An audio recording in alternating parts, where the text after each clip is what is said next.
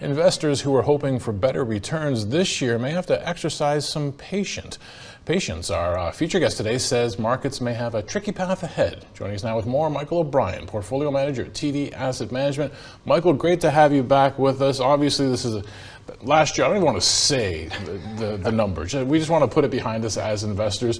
What is the path ahead? We can be forgiven for hoping for better times, but you're saying maybe a bit tricky. Well, I think better times are ahead. It's just we've still got a bit of wood to chop, I guess would be the way I'd frame that up. Obviously, last year, what caught us all by surprise was just how rapidly and how high interest rates were raised by the central banks. Good news is we're getting closer to the end of that story. But now the trick for 2023, when you think about it, is how can we get inflation back closer to that 2% target that central bankers are very clear they want to see? And how can we do that without a big impact on company earnings? That's a pretty tricky path to navigate. And so being realistic, I think there's reasons to be optimistic. Inflation has been sort of coming off the peak. It's moving in the right direction. I'm just saying I think we should be prepared for some bumps on the road here in 2023 because it's not an easy task to soft land an economy. It's not an easy task to bring inflation down without sending unemployment up. So I think we just have to expect there's going to be some trade-offs as we go through this journey. And it's not, I guess put another way, I haven't seen the all clear sign to back up the truck and load into the markets here. I think we still need to be very discerning, pick our spots, and be disciplined about what we want to do. The good part of this, though, I guess if we want to sort of put a little bit of a positive spin on things, is the next 6-12 months it's going to be tricky. But if I'm thinking out longer term, 3-5 years, when I look at today's starting point where the Canadian market specifically sits, historically the market should trade between 15-16 times earnings. That's kind of the long-term norm. Today we're trading at like 12.5, so well below normal.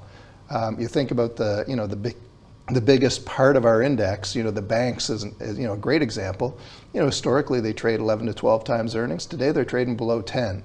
So, what I see in that is, with today as a starting point and a little bit of patience, over the next 3, 4, 5 years, I think we can have a pretty positive view over where Canadian equities are going. It's just in the short term, there's still work to be done. Central bankers are not finished with their task. And at some point, there are going to be some ugly headlines in the newspaper about unemployment rate ticking higher or whatnot. So we just need to be ready for that. The work that needs to be done, perhaps the ugly headlines, they haven't arrived yet. Is that a bit surprising? I'm thinking of the labor report we just got out of Canada. After all of those rate hikes of last year, supersized rate hikes, the labor market's still very resilient. What's happening there? Well, it's interesting you hit on that. I think a lot of investors right now are scratching their heads because I think collectively we have all come into 2023 with a pretty similar playbook, which is the early part of the year will be difficult as all these interest rate increases hit the economy, but then things will get better in the back half. That was kind of a consensus view. Now I think we're all looking around at each other and saying 100,000 jobs in Canada in December. What was the US number, like 300,000 or something? That's not recession doesn't seem imminent. Like, this is pretty resilient. And so now I think we're kind of realizing this might take a little bit longer to play out. So it's not this convenient first 6 months difficult, next 6 months great. Like, this could extend a little bit further. And so the glass half full spin on this is, I think we're seeing both in Canada and the US, consumers, households are much more resilient than maybe we gave them credit for. The glass half empty is this resilience is potentially forcing central bankers to be more aggressive than they otherwise would be, maybe forces rates higher than they otherwise would need to go in order to create the same end result. And so in other words, it could be a little bit higher interest rate environment for a little bit longer that brings us to the eventual destination. So clearly the big story of last year, there was inflation, the fight against inflation, what it could mean for the economy dominated the markets, and all of our conversation with the markets. It clearly, moving into this year, still sort of the dominant force. Do we get a at a point in 2023 where we're looking at other things? Or is it just these big macro challenges that we're going to have to sort of just wade through for the next while? Well, I think we had an unprecedented boom in 2020, 2021 in terms of the stimulus, both fiscal and monetary, that was thrown at the markets.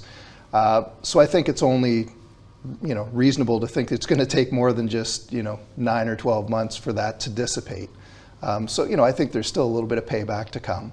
But yes, I think there's a good there are lots of reasons to believe that inflation may have already peaked. It's trending in the right direction. I think there's lots of good reasons to believe that the peak in the central bank rate hike cycles is pretty imminent.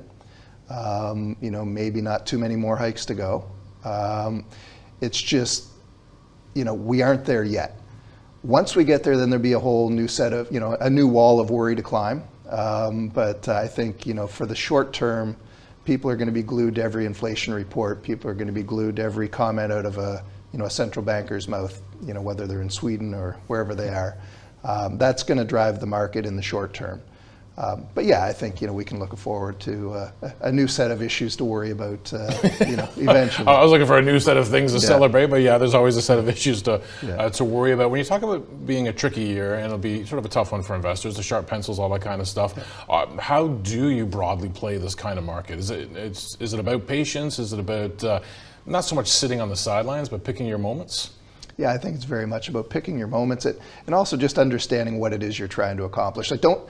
I guess what I always try to tell myself is, don't try to outsmart myself. Find, the types of companies you want to own through the cycle. And if all the noise and all the, the concerns and the worries have driven them to a point where you can buy them at a fair price today, sometimes it's as simple as that. Don't try to outsmart yourself. At the same time, be aware of how much risk you're taking. And so it could be, a company that's very, very cyclical, whose earnings are highly at risk, or it could be a company who's viewed as a very stable company, but their valuation is very elevated. Both of those, you have to be ready for, or aware of the risks you're taking in the portfolio. And right now, I think that's how I'm thinking through things. It's more about what is the balance the risks that I'm taking and the opportunity that's there. Where is that in balance? Because there are still parts of the market where it's it's a little bit skewed to the downside. Too much earnings risk, paying too much for it. But there are places in the market that you can find where at least a portion of the earnings risk you're taking on in this type of environment is already embedded in the share price.